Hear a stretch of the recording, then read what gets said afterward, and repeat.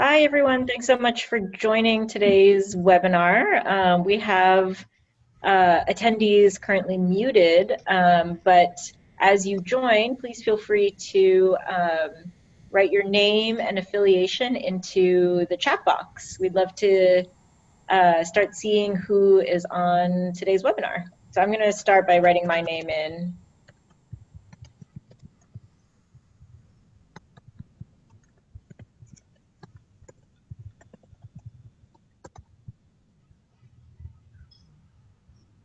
Oops, that went to just the panelists.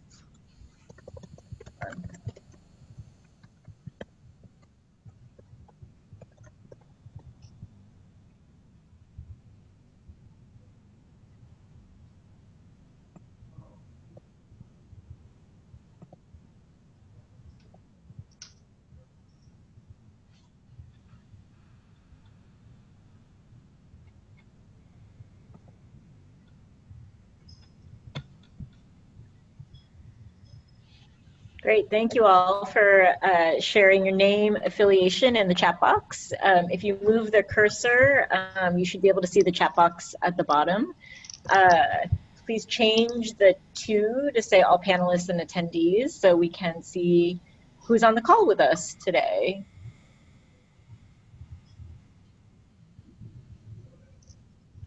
We're expecting around 20 people today, so once we start seeing a few more attendees joining, we'll get started. And Karen has added on the slide to show you where to find the chat box if you have any trouble finding it.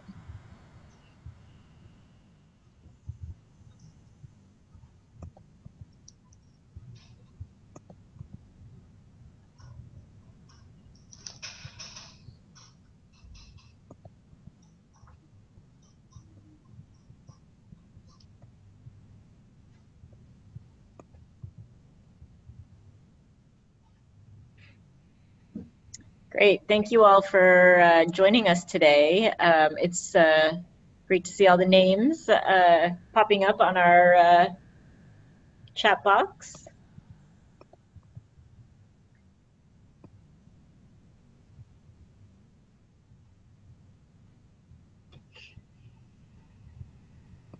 We will be starting in the next couple of minutes.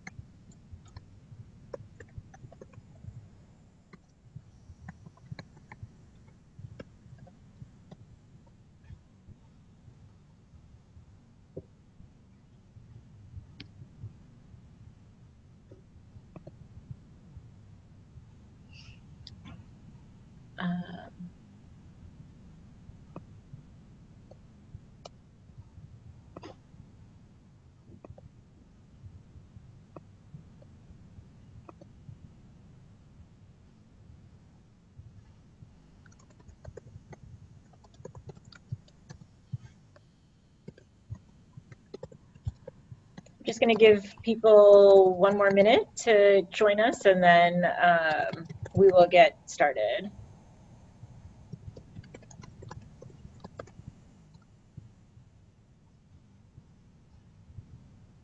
And if the panelists also would like to, feel free to type in their name and affiliation into the chat box.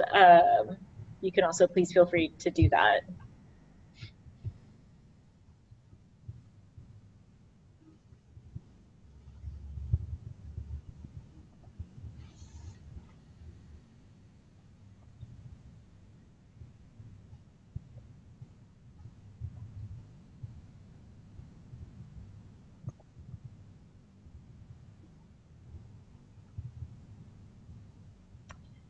Okay, great. Well, I'm going to get us started, and then hopefully more folks will be joining us as we jump in. My name is Monique Mehta. I'm the coordinator for the California Criminal Justice Funders Group. I see some familiar names who have joined us and some new names. So welcome for folks who are joining one of our webinars for the first time. The California Criminal Justice Funders Group was started in 2014. It's a network of institutional funders, so foundation funders, as well as individual donors who invest in a wide range of criminal and juvenile justice reform efforts in California. The group is primarily an active learning community. We are also a space for relationship building, for thought partnership, for thinking along the lines of collaboration and partnership opportunities. And so, really a great space for engaging with other funders in the sector. In general, we host around 3 to 4 webinars a year. Some of those are webinars that we put together based on member interest, as well as webinars that we co-host with other affinity groups. We also aim to have at least 1 to 2 in-person meetings per year, and we've had them in both the Bay Area and in LA, and this year we will be having our next one in Sacramento, so trying to meet in different parts of the state. If you are not currently on our listserv, please email me or Karen, who also works with me on the funders group. We would love to add you to the listserv and can also share more about upcoming meetings. So just quickly, before we jump into today's webinar, just to highlight a couple of other upcoming events that we have planned. Next Tuesday, March 6th, we are co-sponsoring a webinar with the Akinade Foundation, Tides Advocacy, which is a webinar to learn more about Initiate Justice, which is a grassroots organization that engages people directly impacted by incarceration to write, pass, and implement state ballot initiatives. And so they are, that webinar is next week on Tuesday, March 6th at 1 o'clock. Also next week is we are encouraging funders in our group to, especially those here in the Bay Area, to attend the California Progressive Convening, which is focusing on crimmigration, the criminalization of immigrants as it impacts our communities, and the progressive movement here in California. Next week. That's in person in Berkeley on Wednesday, March 7th. So we will attend the convening as well as have a funder debrief conversation immediately following the convening. Also coming up in April, on April 12th at 9:30, we will be hosting a conference call. Several members in the Criminal Justice Funders Group have talked about the opportunity to start or support fellowship opportunities for people who've been incarcerated to work in movement organizations in California. And so we will be talking on April 12th about some opportunities around supporting a fellowship. There are a couple of proposals on the table of how that might be structured, so more conversation will happen around that on the 12th, and we hope you're able to join us. Please let us know if you're interested, and we can share the conference call information. And then finally, on June 12th and 13th is our next in-person meeting, which is in Sacramento. So we are planning to, at this point, meet with legislators as a learning opportunity, not a lobbying effort, and are also open to hearing about other sessions that we might consider having during that meeting. So welcome you all to think about session ideas that you might be interested in proposing for those in-person meetings. And again, we are available if you'd like to email us and talk more about any ideas that you have for content for our in-person meeting in June. So those are our upcoming meetings. As I turn over the session to our wonderful speakers for today. I also just wanted to let folks know that the way that we'll structure this is that we'll have our webinar. Folks who are interested in asking questions during the webinar are welcome to use the Q&A box. Again, if you move your cursor, you should see a Q&A box at the bottom of your screen, and that's an opportunity to write in questions, which Matt Cervantes will help facilitate. So I'm going to turn over our session to Matt. We have a polling question for you all to answer as I turn things over to Matt. We are excited to learn more about the today's session, which will focus on successes and lessons learned in the Positive Youth Justice Initiative, which is an initiative that was launched by the Sierra Health Foundation in 2012 and includes investments from other funders as well. And so Matt is going to help us introduce the session and our wonderful panelists today. So please take our polling question. We will actually share with you the results of the poll, and then I will turn it over to Matt.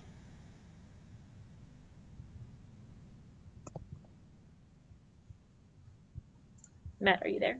I am. Thank you. I was just taking the poll as well. Oh, okay, yeah. All right. Thanks, Monique. Well, appreciate everybody's interest and participation in the webinar today. And we always want to make this as conversational as possible. It's, I know, challenging with the webinar format, but hopefully through the polling feature and then the chat box and asking questions, we'll achieve some semblance of a conversation here. So here are the results from the first polling question. How does your foundation approach youth development investment? Looks like some are funding programs and services for youth, looks like 17%. Investing in youth and adult partnerships, another 17%. Youth-led policy advocacy, youth organizing, 50%. Another 17% of all the above, and then another 17% we don't currently fund youth development, but isn't interested in learning more.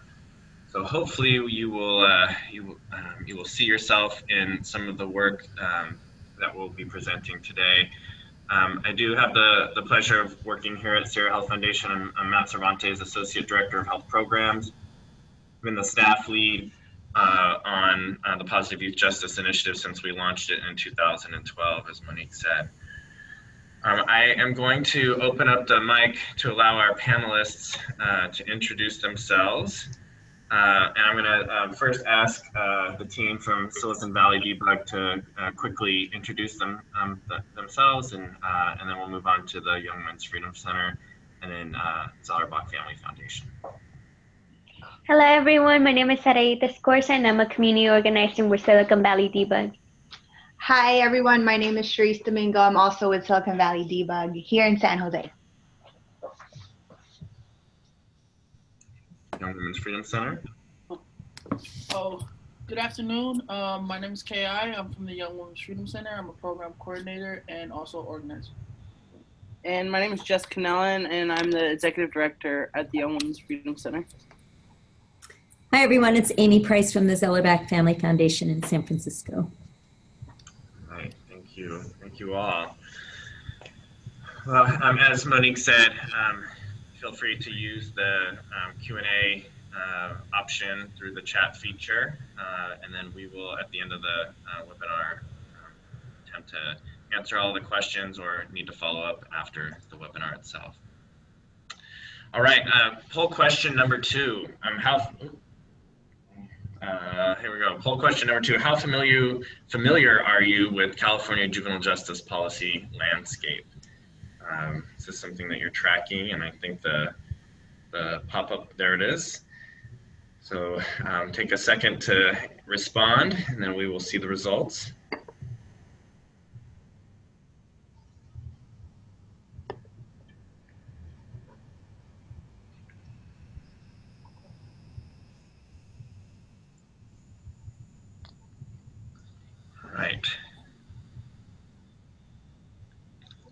go. So 36% very familiar, currently have grantees working in this area. Another 36% somewhat familiar. We've made some small investments, which we track, and then 27% not familiar at all. So wide range of experience here, and I know we hope that you'll take something away from today's session on juvenile justice. Let's see. Trying to advance the slide here, Karen. Maybe you can help on the back end.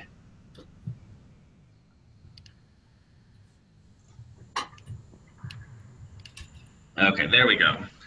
All right. So thank you all for, and we'll have another question a little bit later in the webinar. But just some background on the Positive Youth Justice Initiative. We launched the initiative in 2012. As the state of California was going through massive devolution of the public sector, as state responsibilities were shifting to the county level. We were in the midst of adult criminal justice realignment, realignment around mental health and foster care, child welfare services. So just really some significant changes within the public sector. And we saw that as an opportunity, along with the emergence of some progressive leadership in the state around juvenile justice, and then also significant decline in youth arrests. So it's kind of this environment ripe for change, and launched the initiative really to help improve the health and social outcomes for youth being impacted by the justice system. Through our observations and research, saw a far too punitive system. It was, they were really described as many correctional systems, and whether they were found young people in the detention facilities or being supervised by the courts and probation, just much more punitive than developmentally focused. And we thought, again, in this opportunity for change in the state, focusing a reform on the well-being of young people by investing in youth in their healthy development, by focusing on education, employment, civic engagement, and their physical and mental health, was really an opportunity that presented itself. Recognizing that young people that enter the juvenile justice system are disproportionately impacted by traumatic events, particularly those that have had previous child welfare experience. What we had called at the time crossover youth was something that we had embedded within the initiative. And then this notion of wraparound services, that young people and their families needed support and services to help as young people navigated the justice system. And we did this all through a systems change approach rather than funding specific programs. We really wanted to embed these reforms and what we thought were systems transformations within the way the system operates from here on out. And so those were the what we called the design elements of the initiative at the time. So we launched in 2012, funded 2 rounds of grants to 4 different counties to help implement what we call the Positive Youth Justice Initiative. As I mentioned, these concepts for justice system professionals were transformative at the time. Positive youth development was not something that you regularly heard probation or the courts talk about, or they were talked about, but systems practices did not always match that charge. And then again, trauma-informed care. Many public service systems had already embraced trauma-informed care and practices, but the juvenile justice systems were slower to take up that concept. And then after our experience within this this portion of the agenda or the initiative, these transformative ideas really devolved into what we call reform, modifications to the system, but not wholesale changes to the way the system was oriented and organized. Here are the 4 counties that we supported. You can see Solano County, our grantee there was the Vallejo City Unified School District, and San Joaquin County through the probation department in that particular county. Same in Alameda County, and then in San Diego County. Some really important work took place during this period, and the grant, these implementation grants were funded from 2014 to 2017. As you can see, some significant investment within the public systems. And again, really important work. I think we have shared that we've really retooled many of the professionals within that system. About 2,200 probation staff were trained in trauma-informed care and positive youth development, developed new screening tools and structured decision-making tools within each of these counties. But again, those were more like system reforms, modifications in the way that they were doing their work, but not the full-scale transformation that we had hoped to see. So in 2016, we launched what we called the Organizing for a Healthy Justice System phase of the initiative. And this is going to be, I think, much closer to that systems transformation that we had hoped to see when we first launched the initiative, because we would be directly supporting and engaging the young people and family members that were impacted by the juvenile justice system.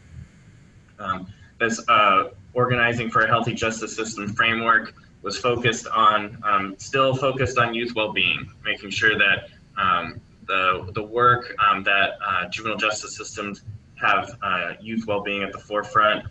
Those systems are trauma-informed and healing-centered, and one that only engages the young people that absolutely have to be within that system. So making sure that youth that are court-involved are those that are the ones that are being engaged and, again, focused on well-being. So we launched a request for proposals in 2016, the summer of 2016, and the beginning of 2017, after reviewing the 30 applications, awarded $1.3 million through to 11 counties, and here you can see a map of those counties. One thing to note that throughout the initiative's lifespan here, we've been joined by the California Endowment, the California Wellness Foundation, and then in this latest phase of Organizing for a Healthy Justice System, the Zellerbach Family Foundation and Amy Price will speak to that later in the slideshow or the webinar. So you can see the 11 counties that have been funded through this phase of the initiative: Sacramento County, San Joaquin, Contra Costa, San Francisco, Alameda, Santa Clara, Fresno, Los Angeles, Orange County, Riverside County, and San Diego. So, fairly good representation in the state from a population standpoint and a geographic standpoint as well. All right. Poll question number 3 here.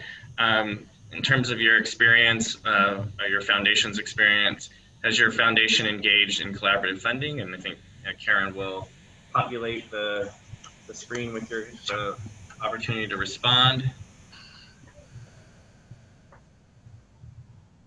Give everybody a second to note their answer.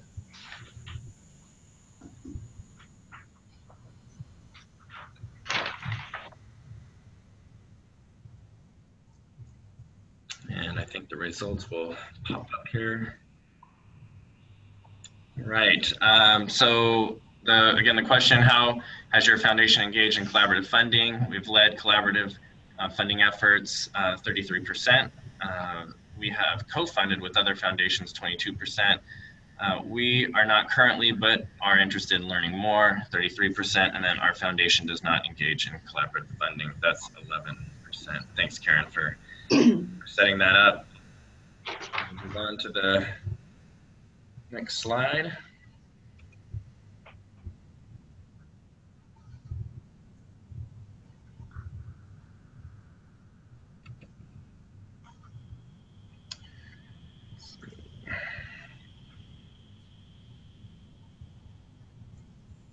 Okay, there we go.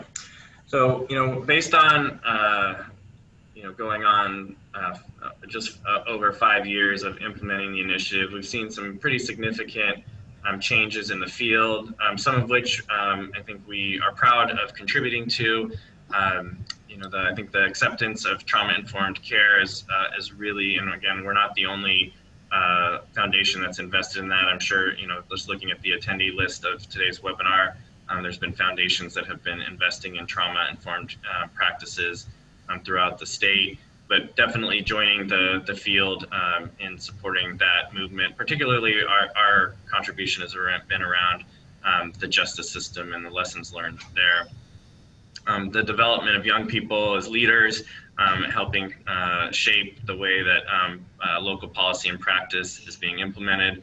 And then really more public-private partnerships between the public sector, probation, the courts, and community-based organizations has been really a hallmark of the initiative.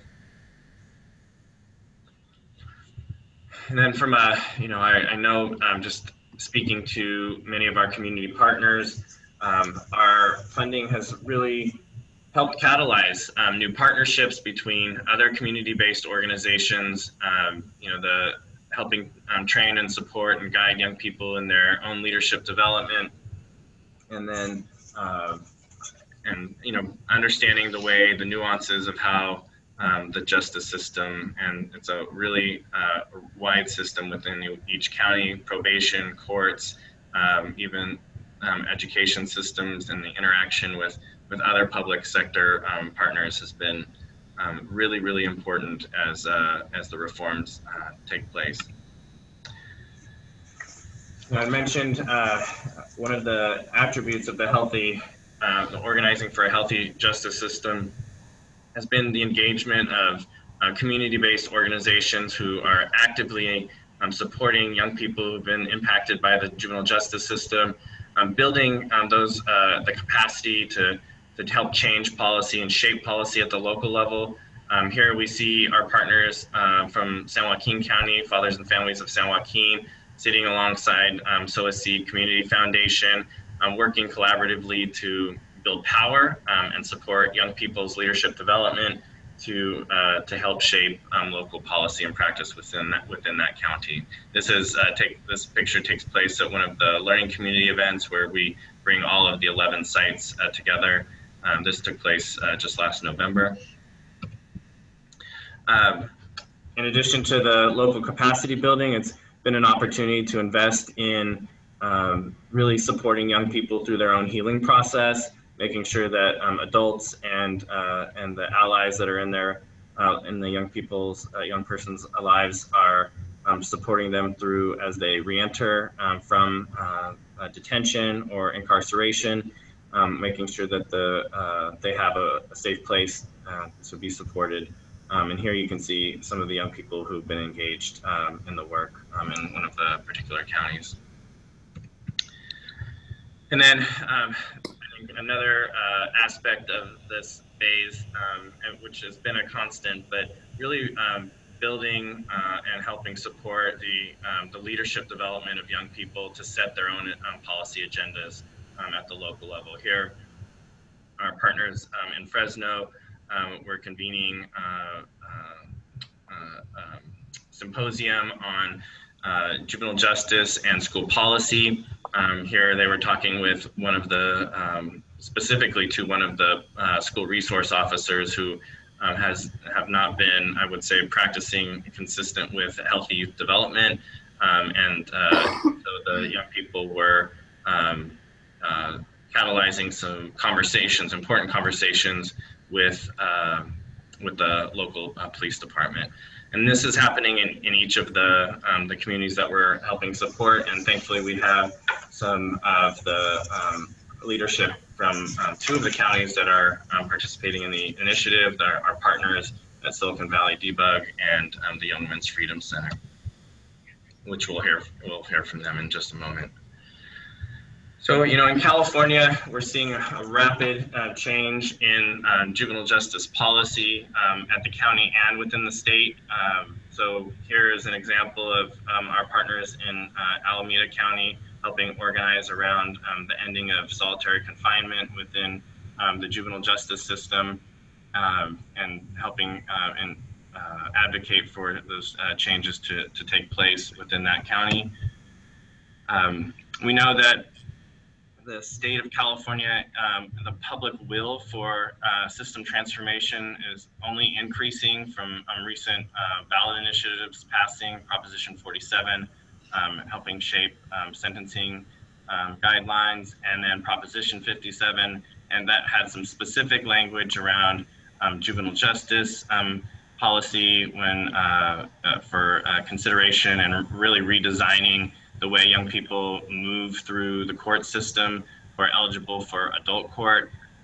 Those decisions, for those that may have not been tracking that proposition and the juvenile justice implications, those decisions used to lie with district attorneys. Now the judges are left to decide, and really the onus is on the district attorneys to make the case for why a young person should be shifted or transferred to adult court.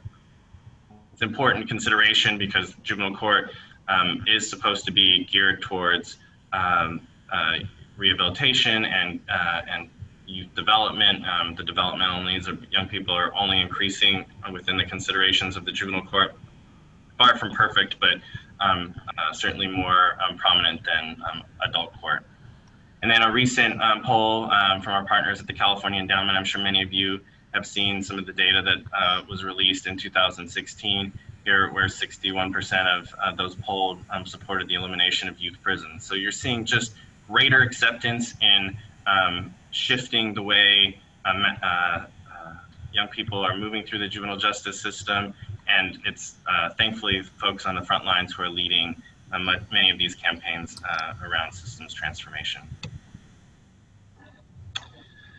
Here, some of our partners were actively campaigning, not with our funds, but during the campaign around Prop 57 and eliminating the ability to direct file. And I'm sure they were all celebrating when the passage of Prop 57.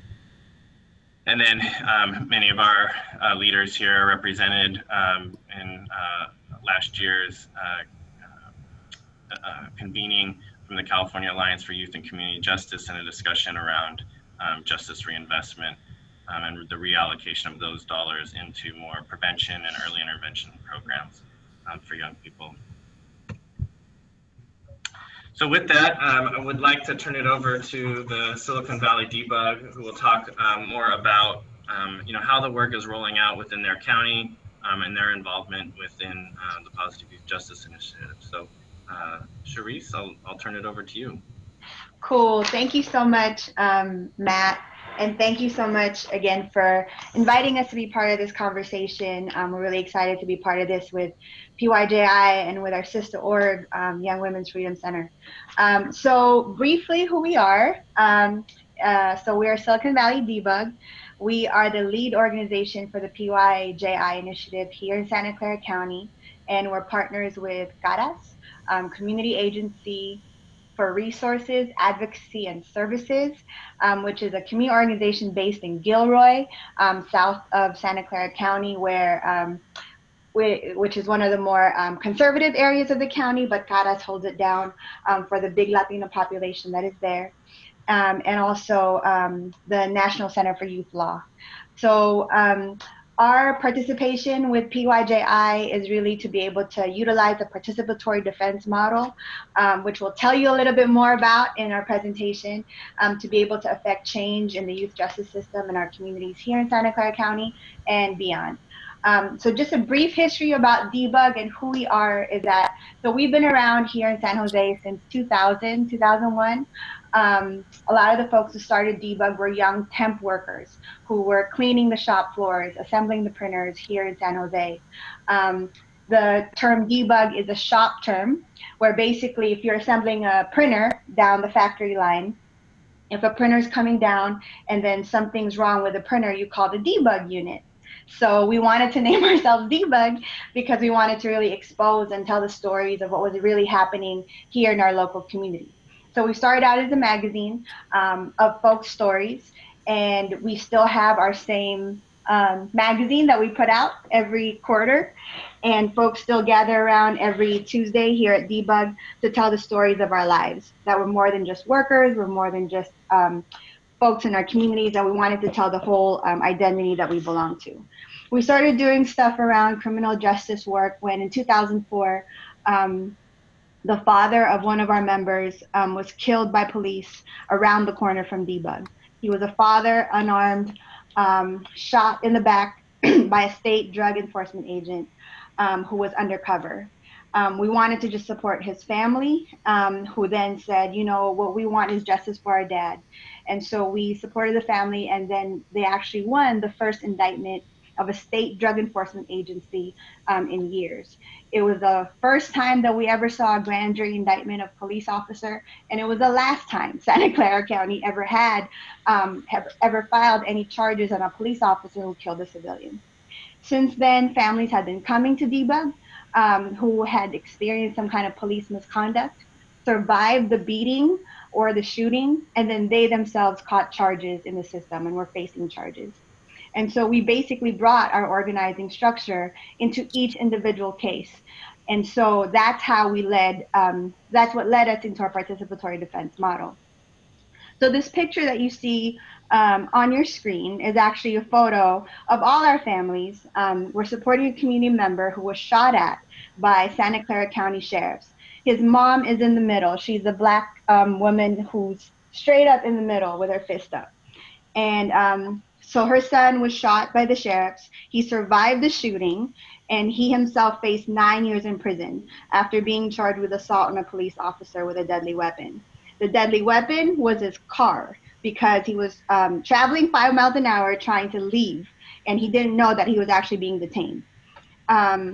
The police who claimed the car was coming at them straightforward was contradicted by bullet trajectory and basic science that showed the officer was actually to the side of the car, not in the front. But the DA chose to go to trial.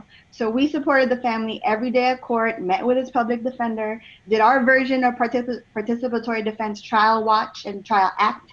And this is a picture of the community that we turned out at the closing arguments. So in there are photos of families who themselves were affected by police violence. There's immigrants who've been fighting deportations in the courts, in criminal courts and in their own proceedings. There's young people there. There's folks who themselves are facing charges. And we all showed up together at their closing arguments. We beat those charges. Henry is home, and his family continues to be actively involved at Debug, helping other families.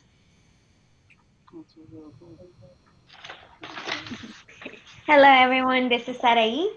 So the picture you see here is also, you know, kind of what really brings us home through our participatory defense model. So just to give you a background, you know, participatory defense was developed and created by families here in Silicon Valley, Debug in San Jose. So through the families that we were supporting, as she was explaining, you know, those were the families that were walking into our doors, you know, to get support for their loved ones and make justice happen.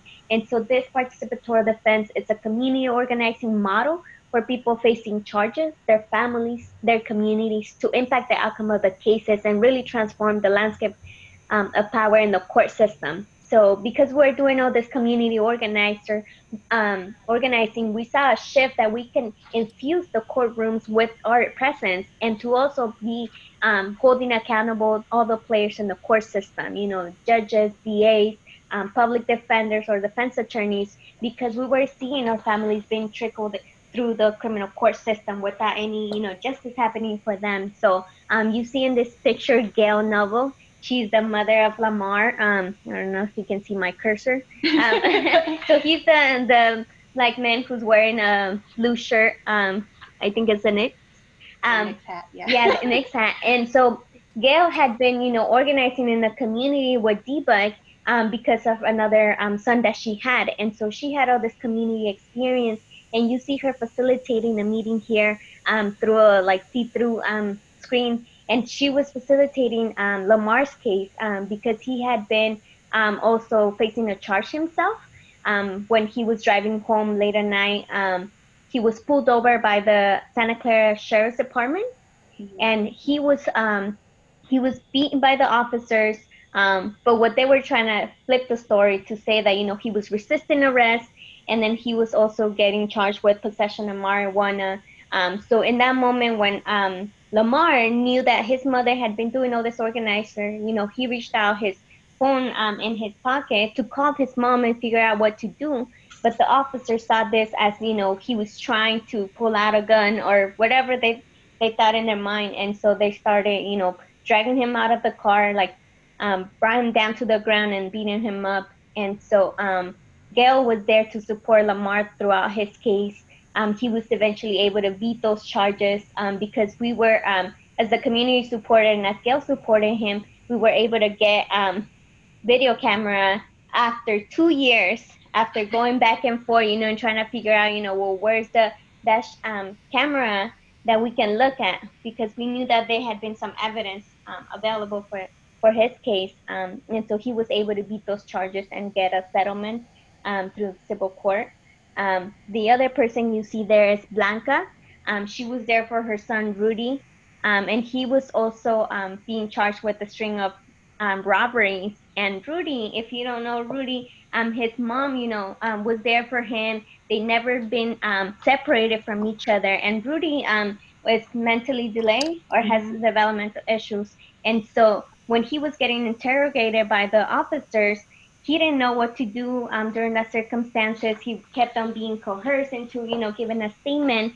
And so the officers asked him, you know, what you do with the money? What did you do with the money? And that kind of translated into his mind of like, what do I do with money? Like, I buy shoes, I buy stuff. And they use that as his statement. And so Blanca was at their meetings, you know, also supporting Rudy and really being part of the defense team, because, you know, she was the one doing all the work and collecting letters and collecting evidence and all that information for his case. So he was also able to beat his charges.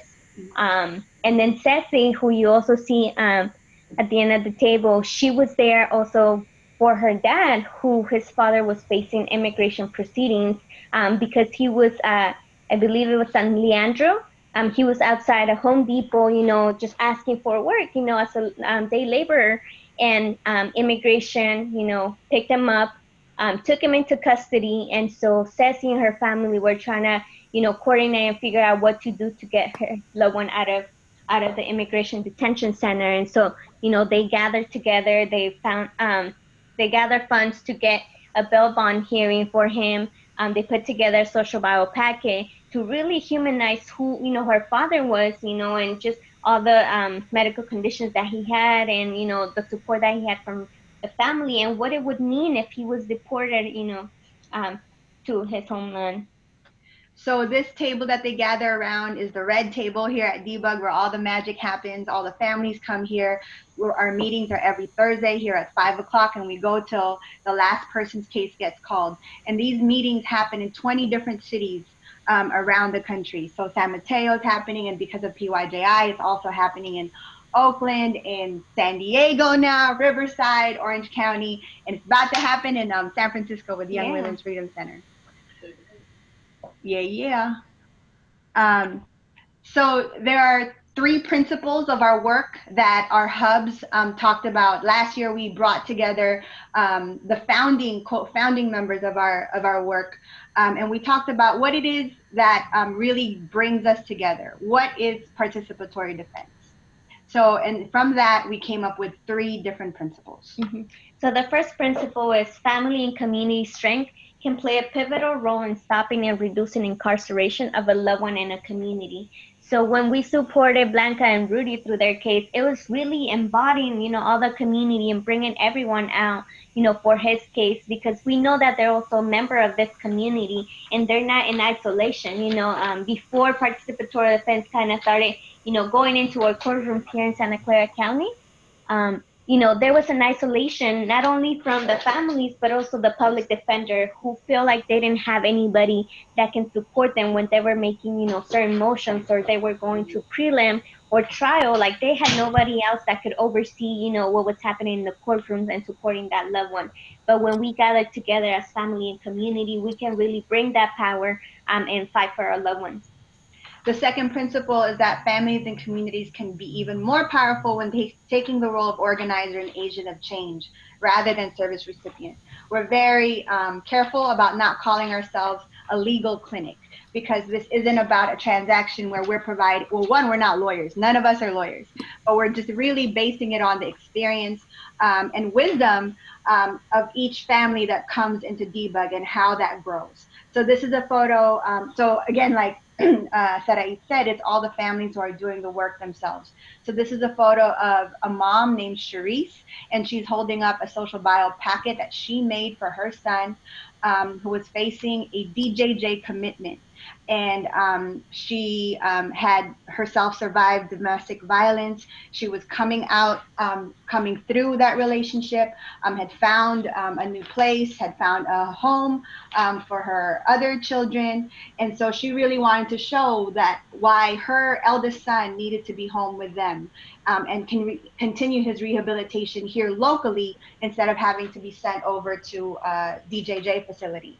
And she put that packet together. She packed the court with his pastor, his teammates, his family. DBUG came, and the judge, who was one of the toughest judges in San Mateo County, actually made him turn around and say, "This is why I'm letting you stay here in locally, and then you get to go home." And then our last principle is, by working on individual cases, communities can build a movement of directly impacted peoples to hold the actors of the court accountable, make systemic change, and ultimately end mass incarceration. So basically what that means is that we're not just looking at, supporting the individual families and then, they get to go home and all that, but it's really how we empower them, and we use, and we actually have, we see the holes in the system, and through that, we're able to see what are the similarities, of the families when they're going to the meetings with us, and we're able to develop a campaign around that, so we're able to have families really spearheading all these campaigns because they've been through this situation, and they actually, gather together, they make phone calls, and, they write petitions and all that stuff. So one of the pictures that you see here is Vero. She's one of our moms who was supporting her son, Christian, through a case as well. He was looking at like 19 years for an attempted murder case. And with all the support and advocacy that she did for her son, we were able to reduce that to 9 years and in a DJJ facility. And we're still fighting for him, because, we want to keep him in DJJ. But, Vero was really one of the families, among with many others, who were out there advocating for passing Prop 57. She was, passing out information to families outside, the local jail. And she was also, making phone calls, when it was the day before election, just trying to get people to pass and really understand what Prop 57 was about, because we were seeing all the youth that were being direct filed here in Santa Clara County. And so it was really, the families that pushed this Prop 57 legislation, and we were co-sponsoring the legislation as well. So we did all this work because we had those families that were directly impacted, and we were able to work around, a campaign to support them and their loved ones. So, so like we said earlier, these are photos of different hubs that we have around the country. We know that as organizers, our success is not based upon how one organization is the best at it, but how much others can do what we do. So when we named it Participatory Defense, it was really to uplift the organizing instincts that exist in organizations that fly at the same altitude as us as DBUG, the ones who have families who come in through their doors at those darkest moments in their lives. And who are those organizations? Because it can't just be DBUG. So there's Spirit House in Durham, North Carolina. There's Young Women's Freedom Center in San Francisco. There's Fathers and Families in San Joaquin. So there's all these organizations there, and then that's who makes up our movement. It's all those organizations. So you don't just have to be a, quote, criminal justice organization. You just have to have those people who come into contact with that crisis of incarceration at that moment. And we have there's 20 different hubs. As yesterday, actually, there's 22. So there's Philly and San Diego. And we have one quantifying number. When families first come into the door, we tell them that, look, if you let the system do what it does, it will give you time served. But with your participation, with your active engagement in your loved one's case, you can turn time served into time saved, which means your loved one home, being with family, in school, at work, in the community. And we quantified that number. And at our last gathering in January, all our hubs saved 4,218 years of time saved.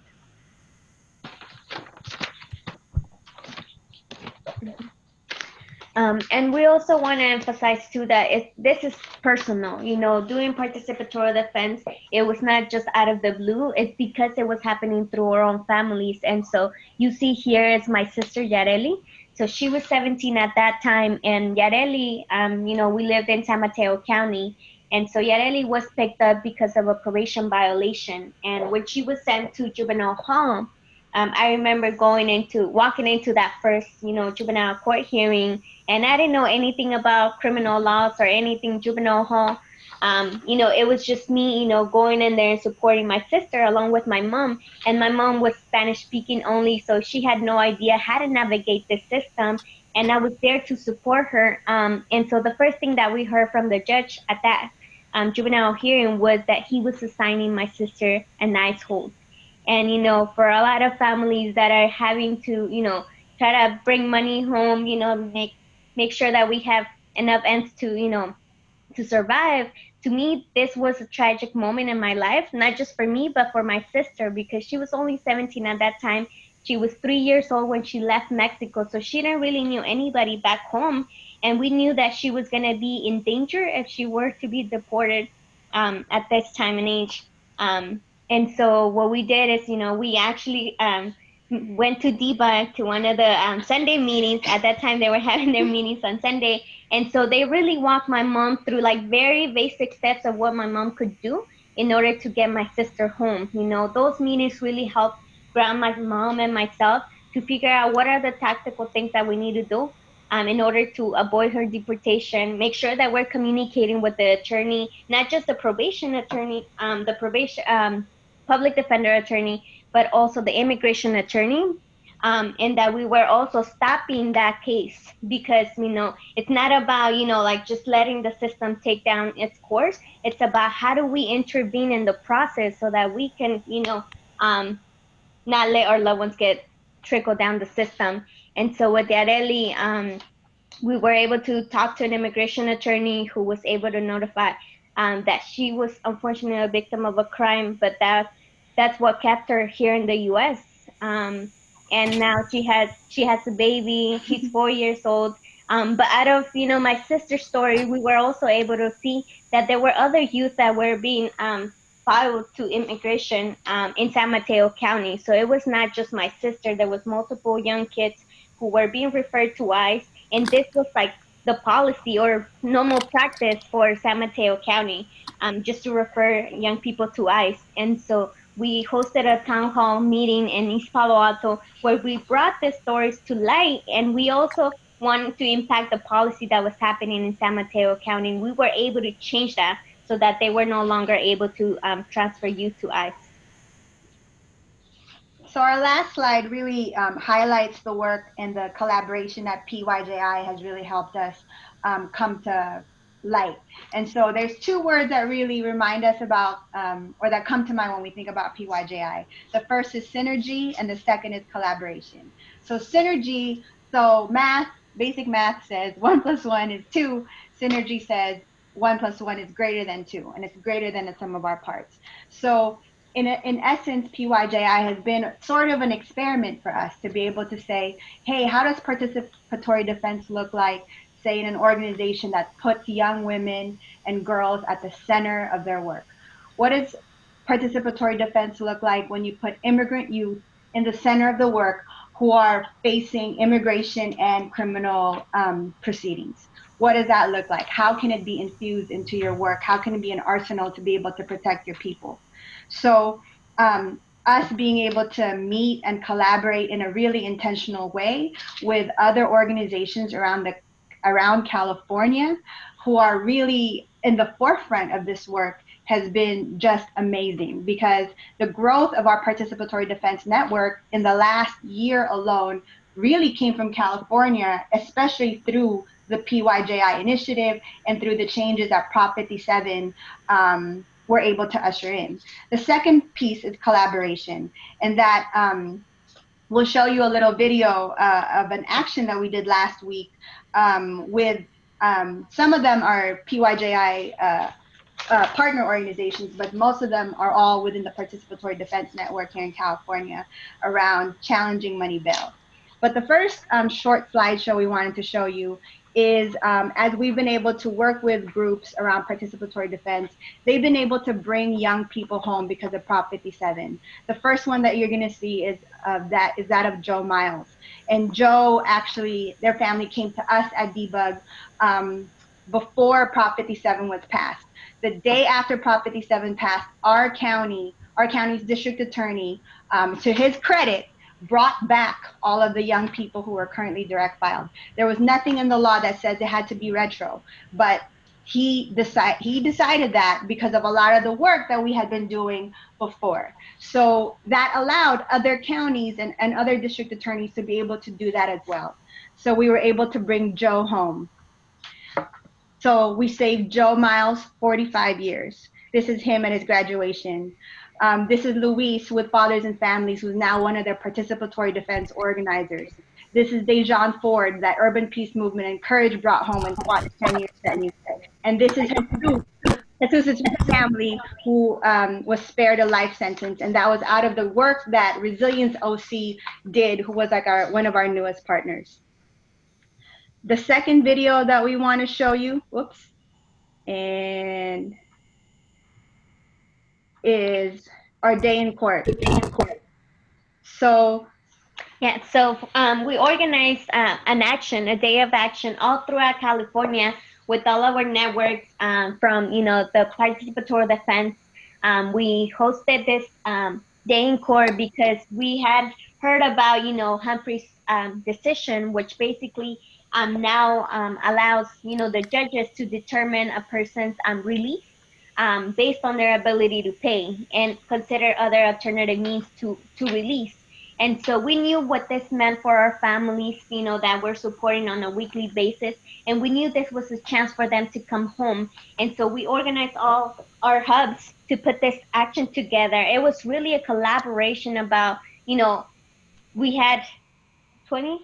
No, here in California, 11 hubs that, we collaborated with. And, it was a quick turnaround because we knew that this is impacting our families. So we had 9 active hubs that were participating. So you see pictures of, Santa Clara County, so a collaboration with CADAS, Resilience OC outside the courthouse, Fathers and Families of San Joaquin, also having their action outside the courthouse, LA and ARC collaborating together. And the first picture was Young Women's Freedom Center holding it down in San Francisco. And with that, we wanted to turn it over to our sister org. Hey, everybody. Hello, everyone. This is Jessica and KI. So, do I have the control? I'm trying to find how to switch the screen.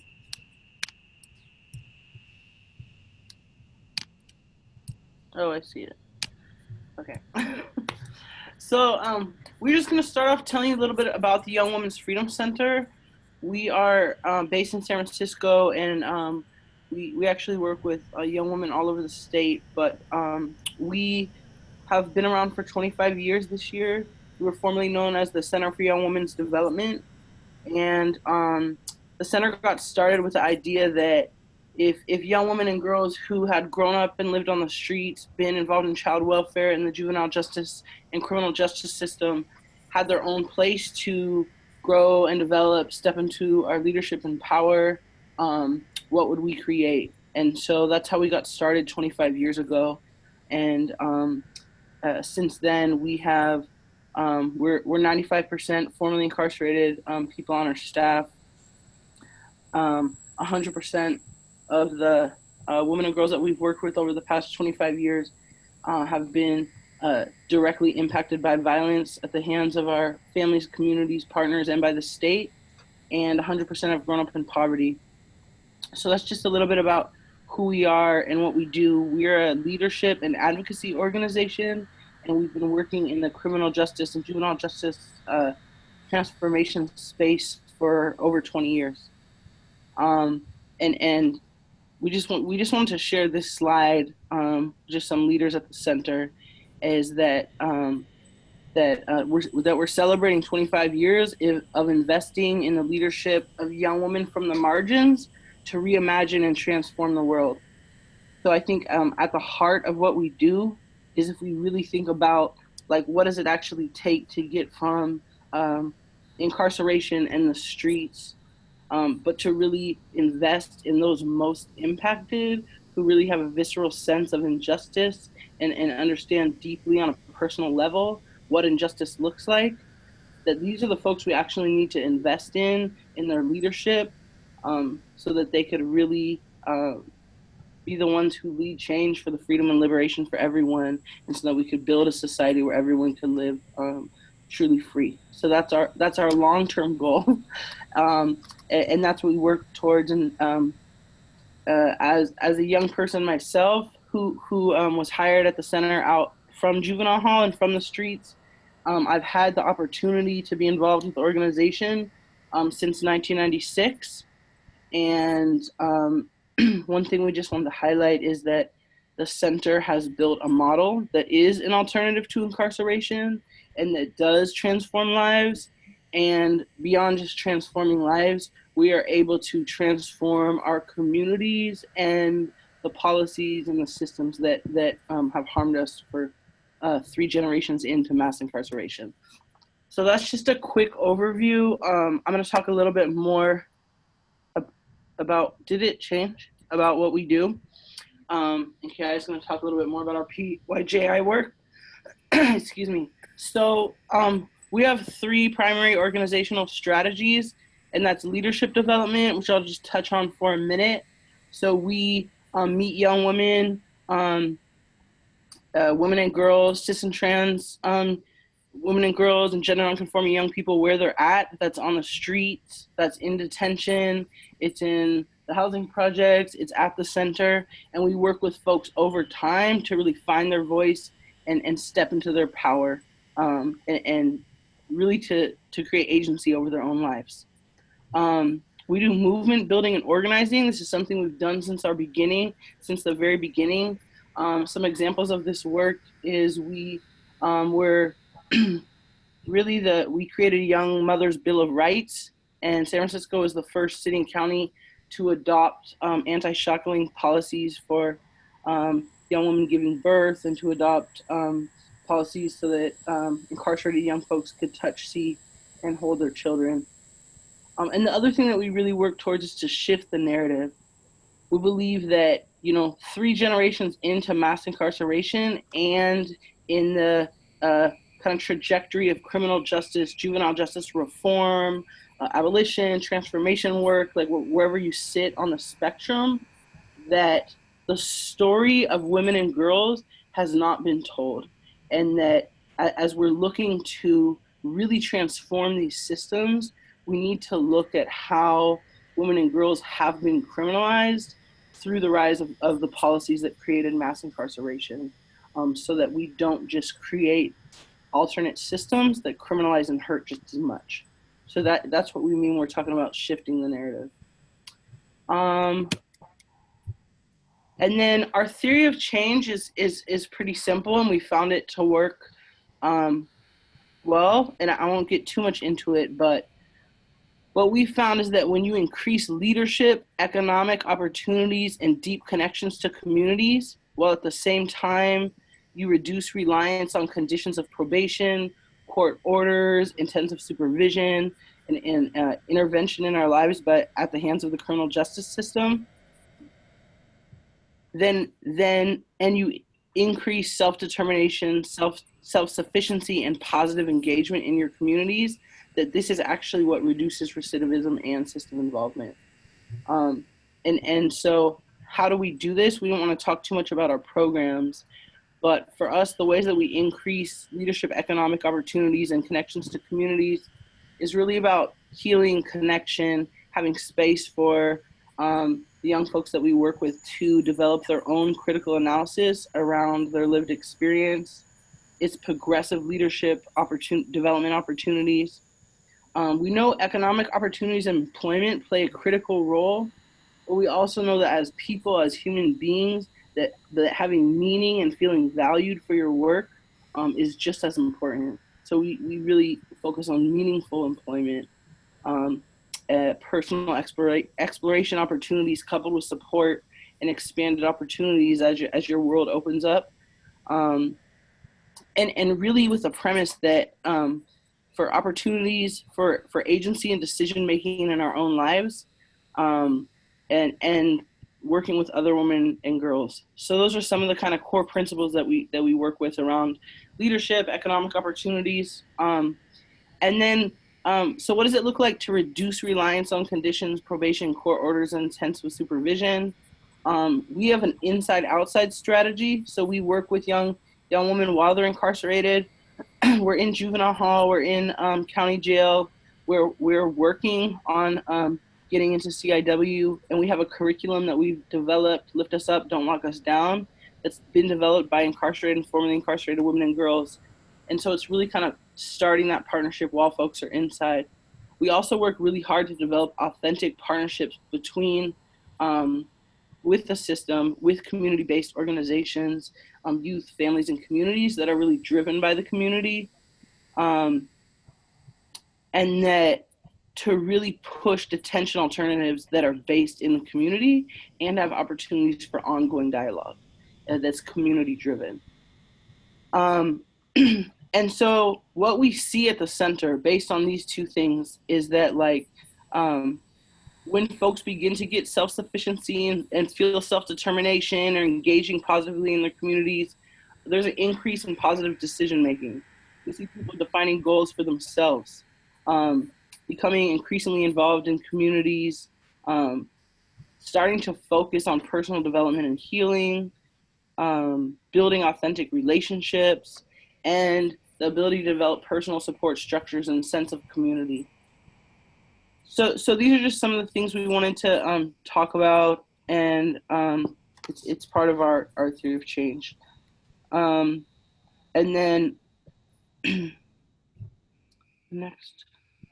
So for the 25 years of experience transferring from the Center for Young Women Development to the Young Women's Freedom Center, we highlight that young women, youth are experts in their own lives. And personal is political, and finding power and experience is key to transformation, followed by our whole selves, our whole communities, and cultural relevance. And next will be leadership, healing, and economic opportunities, community-based and healing center. And this photo represents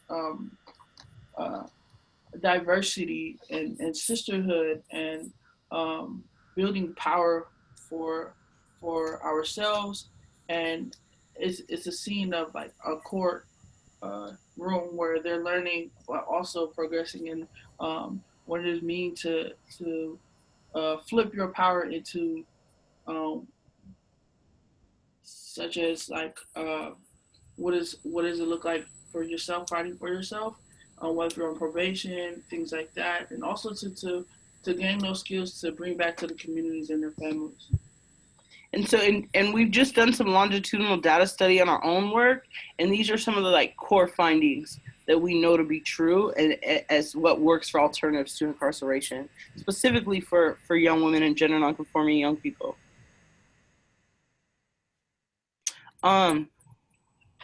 So the next thing we want to talk a little bit more about our work, doing organizing policy advocacy work as well as PYJI. And so we wanted to share this short video with you that really highlights an event we had last year. Because we've been in this space for so long, one thing I just wanted to point out, you know, when we first started, for example, doing work in San Francisco's juvenile hall. I was one of the first people that had the opportunity to do that. And, they really took a chance on letting us go up there. Like, it hadn't really been done before. And when we started this work, a lot of people weren't interested or thinking about or talking about criminal justice reform, mass incarceration, and the impacts that it specifically has on, poor communities of color and women and girls. And so we decided this year that even with this opportunity where so many people are looking at the problem of mass incarceration, that even within the movements, the voices and experiences of women and girls are often left to a side conversation. Meanwhile, we're the fastest growing population in the prison system. So we had this event in Oakland in July, and the goal was like, how do we just build collective power of formerly incarcerated, system-involved women and girls, just so we could kind of, start dialogue and build personal power so that we could really have more influence over the movement. So this highlights this event, and I don't know how to press play. Oh, duh.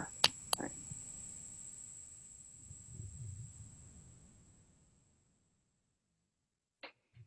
They wanted to take my life. They wanted to take my soul.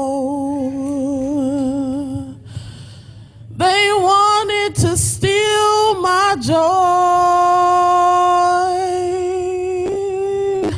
In this cold, cold world. We all carry so much with us, and we have so much power and so much brilliance from everything that we've been through. And so today is really about coming together in sisterhood. We may not know each other, but we are all sisters. We are the only ones who can do the work, I think, because we're the experts. It's when you talk to folks and you just listen to that qualitative narrative, it tells you more than all the numbers could ever tell you. It's not a conference. It's not a gathering. This is our church. Come on. This is our church. Today is the starting of something. We want to develop a Bill of Rights platform. We want to take that knowledge and like radically reimagine what this world could look like.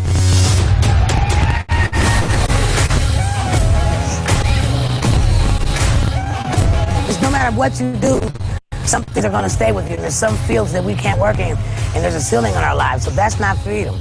Just letting people go to stipulations that last for a lifetime. I don't know what freedom is. I hope before I die I can reach it. Freedom means the ability to just be. And so we can help give people the tools to liberate themselves. Anything can happen. There hasn't really been a movement to really prioritize the voice of women. So I think that what we're doing locally, people are watching. I thought about what does it look like to have 150 cis and trans women who are system involved and formerly incarcerated come together to plan a funeral for the prison industrial complex. So that's what we're doing today.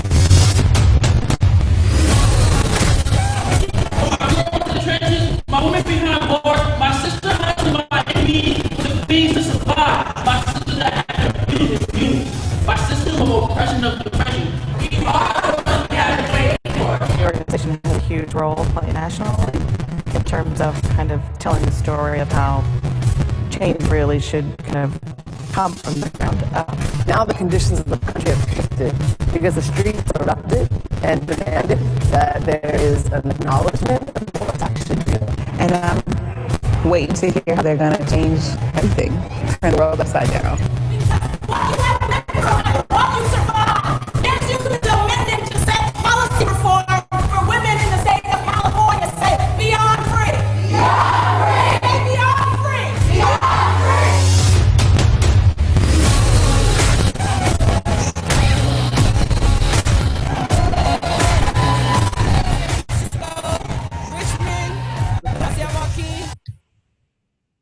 Okay, everyone. I know that was a little scratchy. So you could check it out on our website at youngwomenfree.org. But Yeah. So, and really quick before we get into this. So really that event was last July, and like what came out of it was super powerful. We're gonna get into some of that work. But that work also has informed the PYJI work that we're doing here in San Francisco. And when we first applied for the PYJI grant, we were really excited because we've been working in San Francisco for so long, and at the same time, we think that there's a lot of opportunity to build a model here in San Francisco because it's a city and county, and because it has a separate juvenile and adult probation department. There's just so many reasons. So, K.I., you want to talk a little bit about what we're doing? Yeah, so part of our PYJI work, San Francisco Reimagined SF Youth Justice Committee is a committee we came up with, along with community partners, current members as well, the Young Women's Freedom Coalition, Youth Law Center, Bay Area Legal Aid, some of us from the Young Women's Freedom Center staff, and California Youth Connection. And the three goals that we focus on are drastically reduce incarceration, including out of home state placement for girls under the San Francisco juvenile probation jurisdiction. And for us, we look at in San Francisco, there's been such a push out, and we're actually at a crisis point right now. Yeah. If you look at the young people in San Francisco's juvenile justice system or child welfare system, it is predominantly black youth and brown youth from 3 neighborhoods in San Francisco, and these are the neighborhoods that have been hit the hardest by the push out with the rise of the new San Francisco. And that's the Bayview Hunters Point, Visitation Valley, and Western Addition. And so we're working right now to create a moratorium on San Francisco sending youth out of state and out of county. And 2 is to shift the power and authority from juvenile probation, from determining sentencing, supervision options, and rehabilitation to young women, youth, their families, and youth and girls advocates. And 3 is increase gender-specific, community-based solutions that are trauma-informed and grounded in positive youth development. And part of this is to what we believe, being solidly connected to loving family and community is critical for every young person to grow and thrive. That's very important for us, and it's important that we believe in that. Followed by, in order to value the dignity, humanity, and experiences of our youth and families, we need an approach that sees families and community as the interventions when there is a problem, and sees success as a given for our youth. And so the way that our work is structured, our PYJI work, one of the things that came out of Sister Warriors is the Young Women's Freedom Coalition. And so this is a statewide coalition in California. I think there's over 200 active members right now. And the coalition is a little bit different than other coalitions in that it's people-based. So these are women and girls that are incarcerated, are formerly incarcerated, and that aren't necessarily already connected to organizing work in community-based organizations. What we do know is there's this fire inside that comes from this experience of, I'm not going to leave my sisters behind, and that we are going to fight these communities. We have a really active coalition here in San Francisco that's really taking lead on the campaign through our PYJI work. And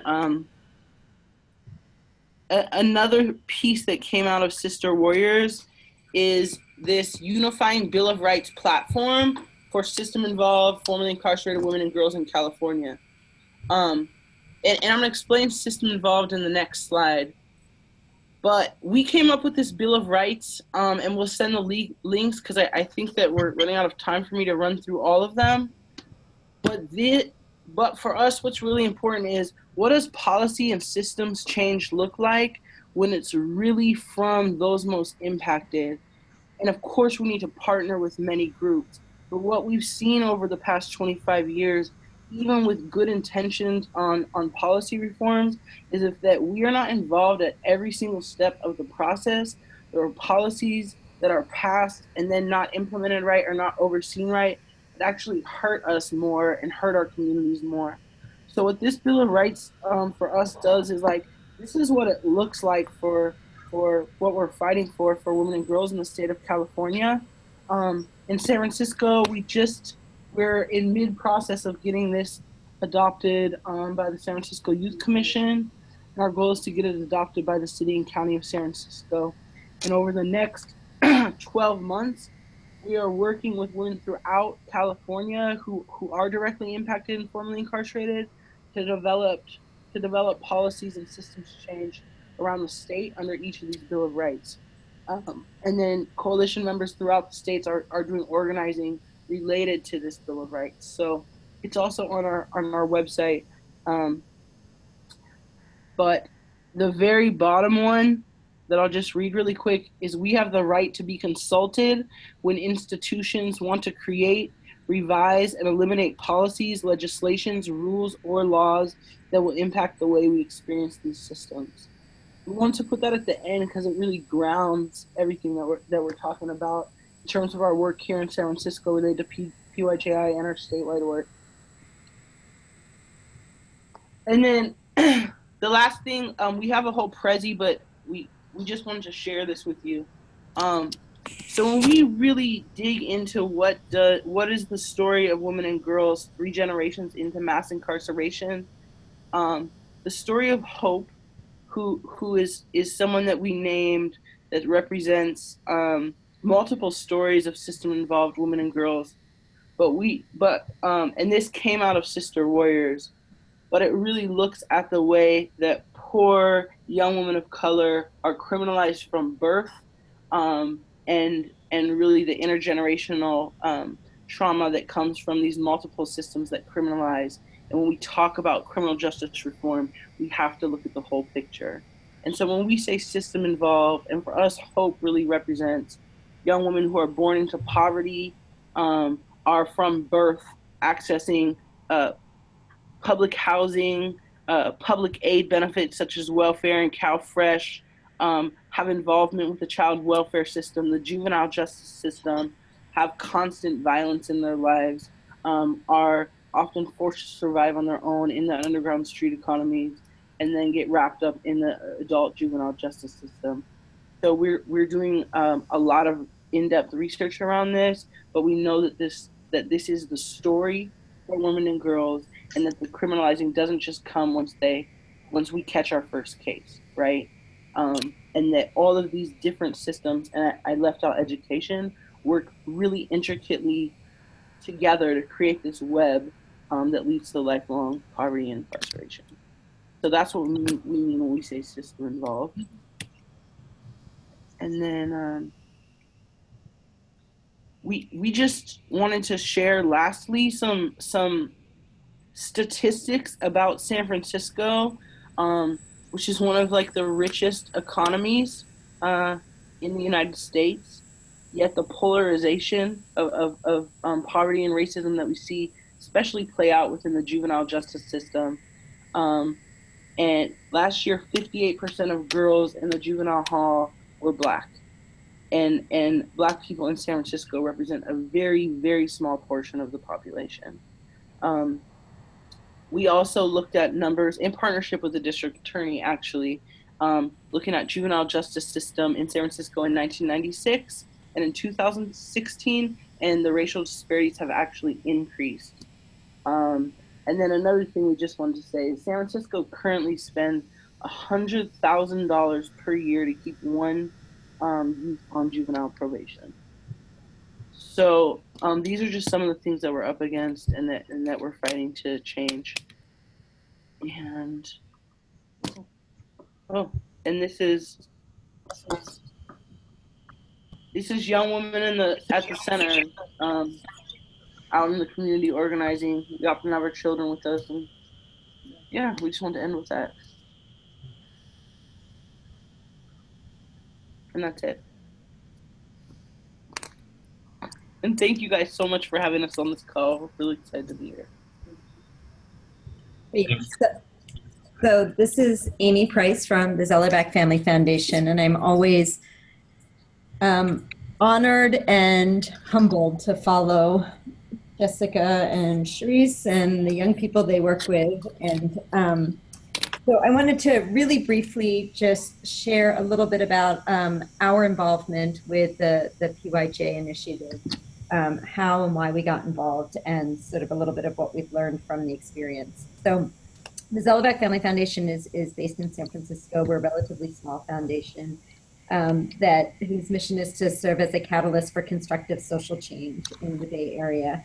And we fund in 3 program areas: promoting culture through the arts, immigrants and refugees, and improving human service systems. And the latter program is the one that I oversee, which really looks at, it really follows the story of hope, actually, and hope's brother, if you will, looking at the intersection of the many systems that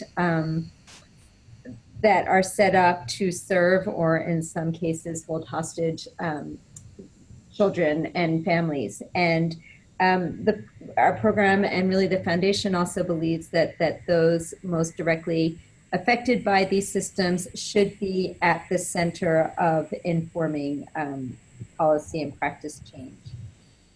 So I started at the foundation about 6.5 years ago, and Matt was actually one of the first people that I met in the foundation world. And it was really connected to the work we were doing, looking at the impact of incarceration on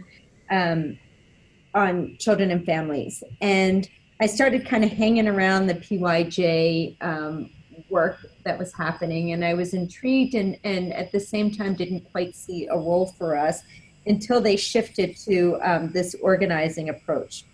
And the timing was also really good for us. We've been a long-time supporter of the Young Women's Freedom Center, and had supported some leadership transition that the center was sort of just emerging from around this time.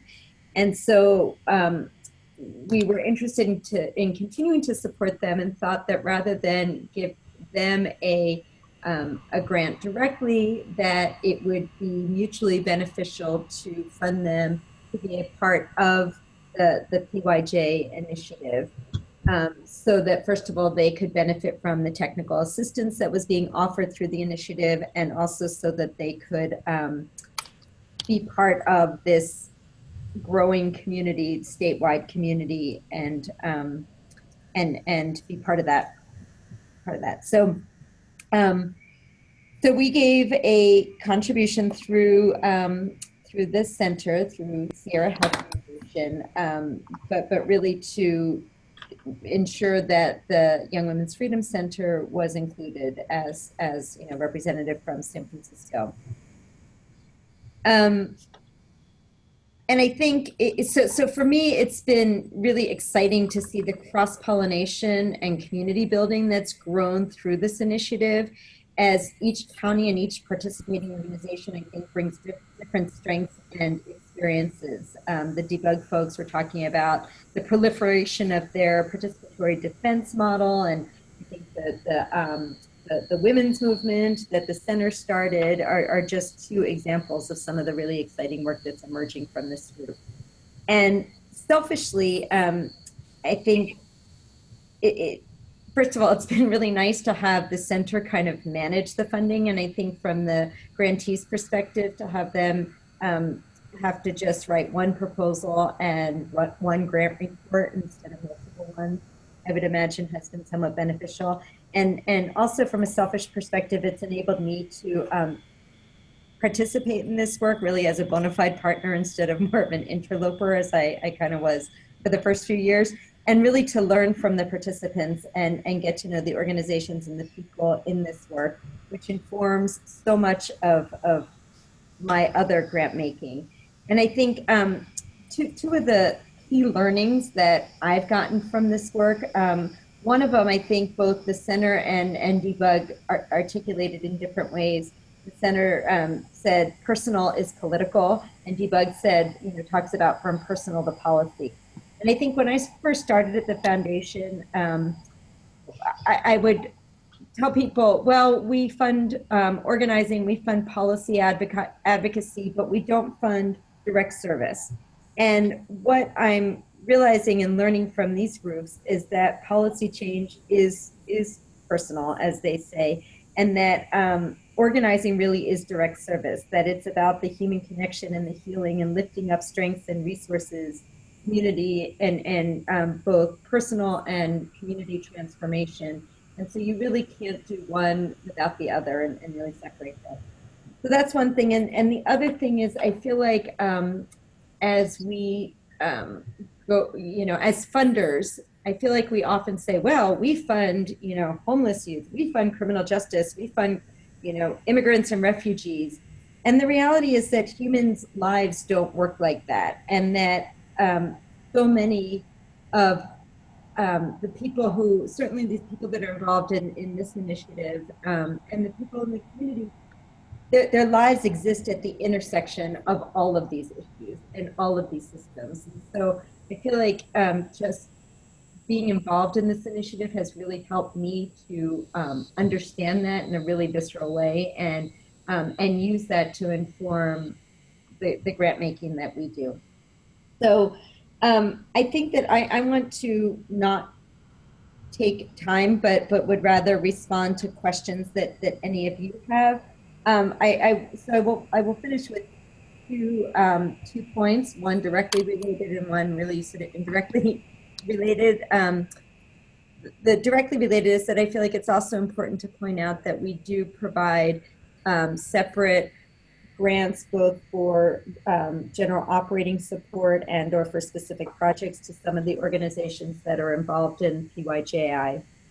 And that I think full funding is great, but these organizations, I believe, really need the general operating support to do the kind of deep intersectional community building work that they're doing so well. And then finally, just as a complete side note, wanted to just point out to you all, I think we shared this through the network, but one of the other things that came out of our partnership with the PYJI is just other opportunities to partner with Sierra Health Foundation. And so we jointly funded the development of the Juvenile Justice Practitioners Toolkit, which was jointly developed by Fight Crime Invest in Kids and Bay Legal. And I believe we shared a link to that or for that through this group, but happy to share that again if folks are interested. But it's really meant to be a resource to anyone working with populations that are involved in the juvenile justice system. So I want to end with that and turn it back over to Matt, who's going to kind of wrap it up, and then we'll entertain any questions folks have. So thanks. Thanks, Amy, and our partners, our funded partners who are leading the work in community and on the ground. Really appreciate all that was shared. I don't want to take up too much time, but the grant making portion of PYJI as currently sits, the current grants are funded through the summer. We'd like to launch another round to extend the work that you all heard about from our partners on the ground, and then expand sites where possible. So, as Amy said, Zellerbach Family Foundation and our partners at the California Endowment have funded what's called the Center at Sierra Health, a 501c3 sister organization to Sierra Health. And then in addition to the grant making, we have a vision for launching what's called the Positive Youth Justice Initiative Youth Organizer Leadership Institute, which would be dedicated time to support the leadership development pathways for young people that are helping organize within communities and building a cohort of leaders connected and networked throughout the state. And then much of this work, as you heard from Silicon Valley Debug and the Center for Young Women's Center Young Women's Freedom Center. I got the center in my head. Is much designed around narrative change. So for the next phase of the work, those will be key milestones that we hope to see as we implement. We did have a first question come in earlier in the webinar, and so I was just going to identify that now and address it. What has been your involvement and collaborative efforts with juvenile justice commissions and youth courts in San Francisco Bay Area? I'll just say from the Sierra Health Foundation perspective, when we were working with Alameda County and the probation department as the lead agency, there was some interaction between their county Juvenile Justice Commission. I also say now through our partnership with Courage in Oakland and Alameda, George Galvis is a commissioner there and has helped bring some of this work there, which into that commission already as he sits as a commissioner. I would offer up the same question to Charisse and Jessica, how you've engaged the juvenile justice commissions within each of your respective counties. Are we all, can you hear us? Yes, Jessica, we can hear you. You want to go first? Sure. Well, one thing that we've done and we continue to do is, so like our staff is, like I said, mostly have moved up from the programs that we've participated in here. And about 60% is young people. And we are actively work to get on commissions as well as other decision-making bodies in both Alameda and San Francisco. So currently, as of this year, we sit on 6 committees locally, including San Francisco's Reentry Council. We're on our district attorney's formerly incarcerated advisory board. We've had previously folks on the Juvenile Justice Commission, we're on the Youth Commission, and so that really helps because then we're able to be on these commissions and then count that as a part of our work and bring it back and strategize in terms of how do we move. And then the other ways is we often present at different commissions and committees relative to the work that we're doing.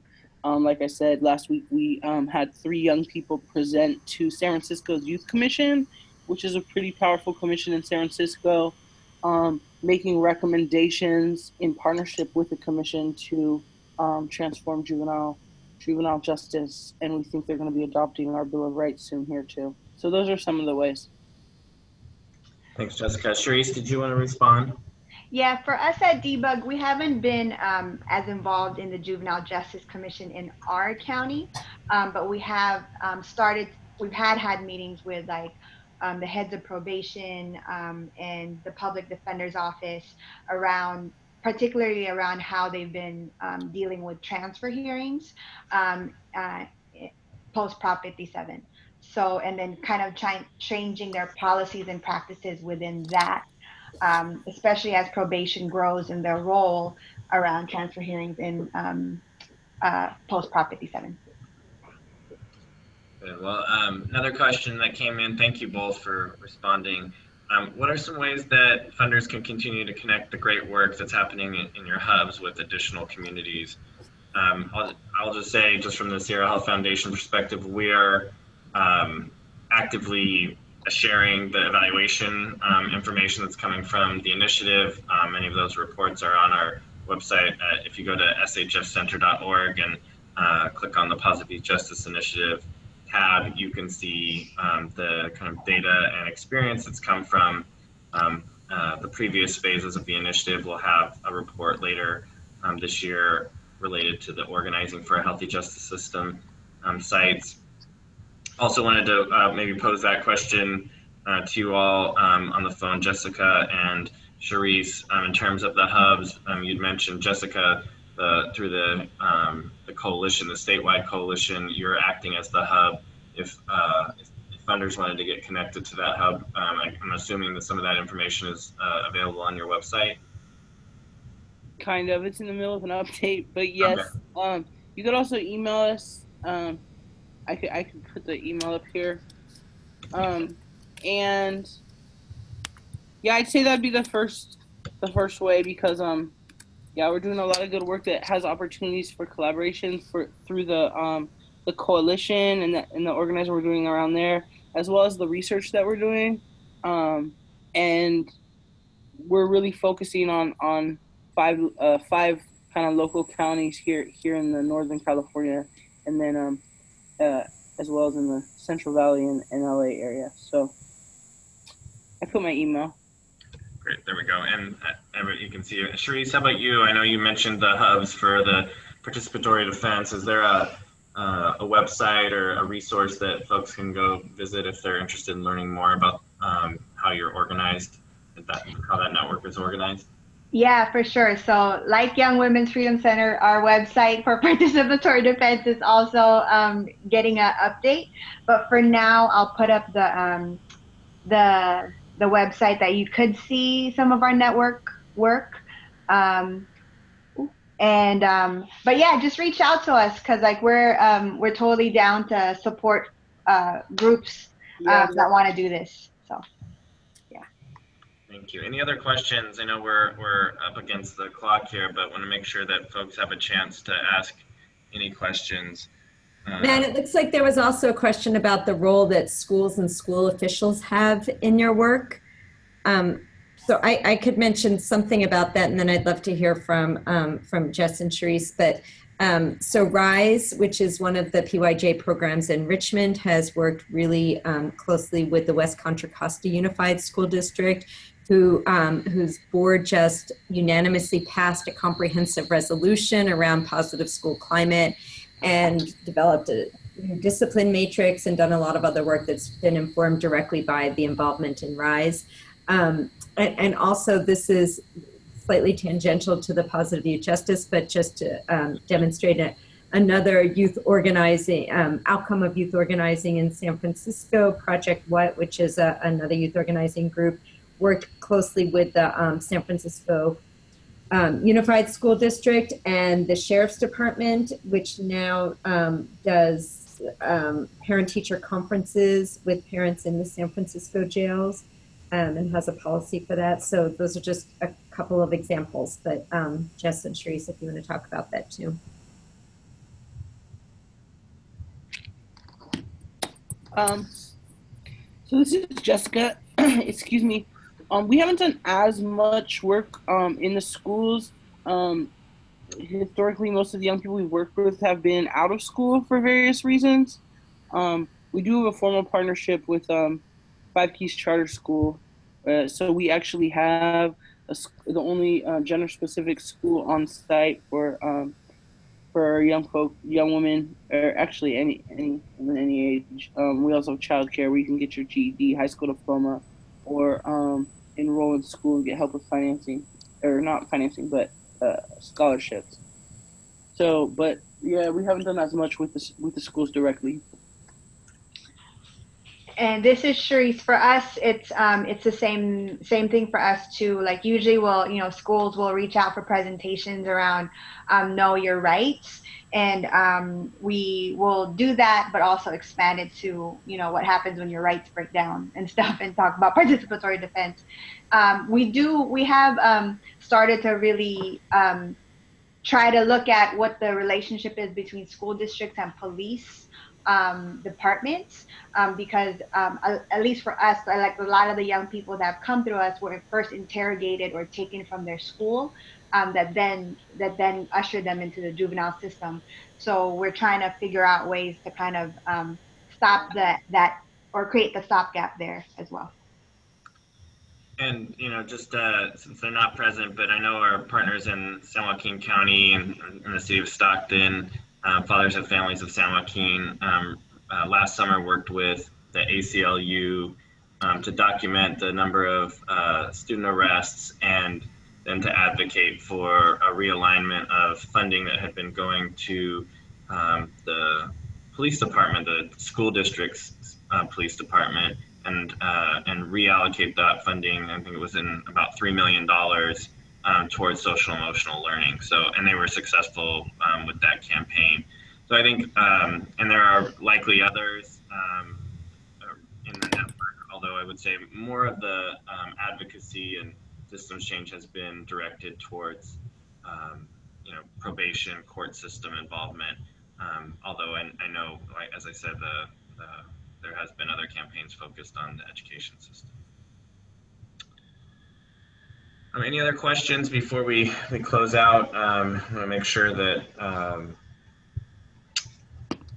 you have an opportunity to ask your question. I know we went over, but thank you for everybody who held on. And I know Monique or Karen, do you want to mention that resources will be made available after the webinar? Yes, thank you, Matt. Thank you for all of this amazing information. Thank you, Matt, for organizing this, and to all our wonderful speakers. And to all of you for, as Matt said, staying on with us as we went a little over time, but very excited about the content that was shared. We will be doing a follow-up email. We've recorded this session, so we'll send out the recording for folks who weren't able to join or those who want to get a refresher from what you heard today. I'm assuming we can send out the slides that were shared today as additional follow-up, as well as contact information and other links that folks have mentioned and want to share as follow-up information. So yes, all of that will get shared, and we would really encourage you all, those of you that are still on here, to please fill out the evaluation form as well. It really helps us in planning future webinars as well. So thank you. Yeah, so unless there are any other last questions, thank you all for joining us today. Yeah. Thank you. All right. Thanks, everyone. Thank you. Thank you. Oh, somebody raise a hand?